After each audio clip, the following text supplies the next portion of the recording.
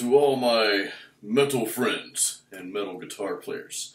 Another lesson for you today. This is a rhythm lesson. If you will remember, my last two lessons were actually lead lessons, and they were, I don't want to say they were slow arpeggios, but one was called heartfelt arpeggios, and the other was called soulful arpeggios, and it was just a breakdown of playing more melodic in your soloing. So this week, or this video rather, we have a metal rhythm lesson.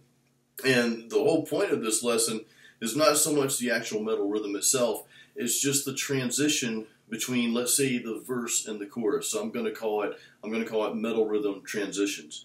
So I'm giving you an example of what I'm doing. I'm playing a riff. I did some stuff at the beginning, but then I started into a metal riff, and then you saw me do a little transition down here before I went back into that riff again. And the transitions, they can be between, the same riff. So you've got like a verse, then you throw that transition in, and then you go back to the verse again. Or it can be like verse, transition, and then the chorus. So what I'm trying to do is capture something to throw people off guard a little, instead of just going from, okay, here's your rhythm for the verse, and then we go straight to the chorus. That's what, a lot of, I guess, rock bands or alternative bands or whatever, and I'm not knocking any particular genre of music, but in metal music, we're a little bit more complex than that, especially in progressive metal and that sort of thing. We want to hear, the whole song doesn't have to be some complex equation, but we do want to hear some level of complexity, some level of orchestration. So we'll nail the lesson real quick here. I'll throw up the tabs. Here we go.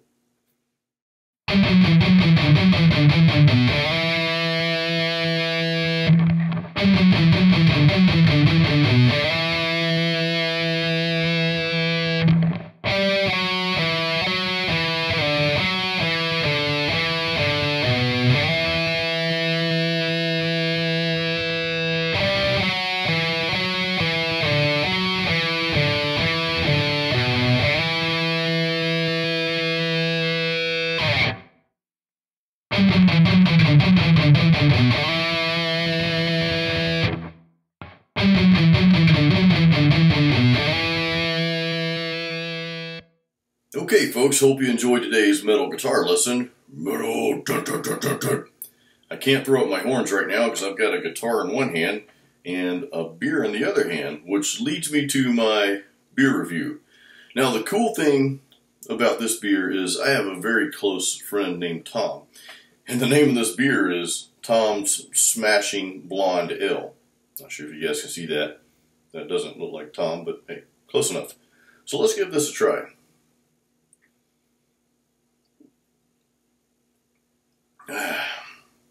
Actually, this is my first time trying this beer. I've had it sitting in my fridge for almost 6 months. It was one of those days where I just bought a bunch of different craft beers, and I figured, get to each one at some point. So for whatever reason, it took me a while to get to this one. But this has a very light and smooth taste. They advertise the Smash series here to have a single malt and a single hop. So it does have a bit of a strong taste. There's a little bite. There's a little bit of bitterness to the beer, but in a good way.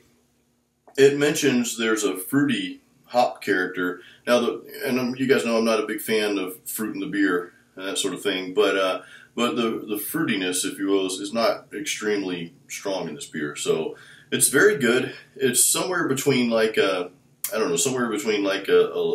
darker light beer and kind of a summertime type taste. So if that makes any sense. My descriptions probably aren't accurate. You guys might try it and say, oh, it doesn't taste like that at all.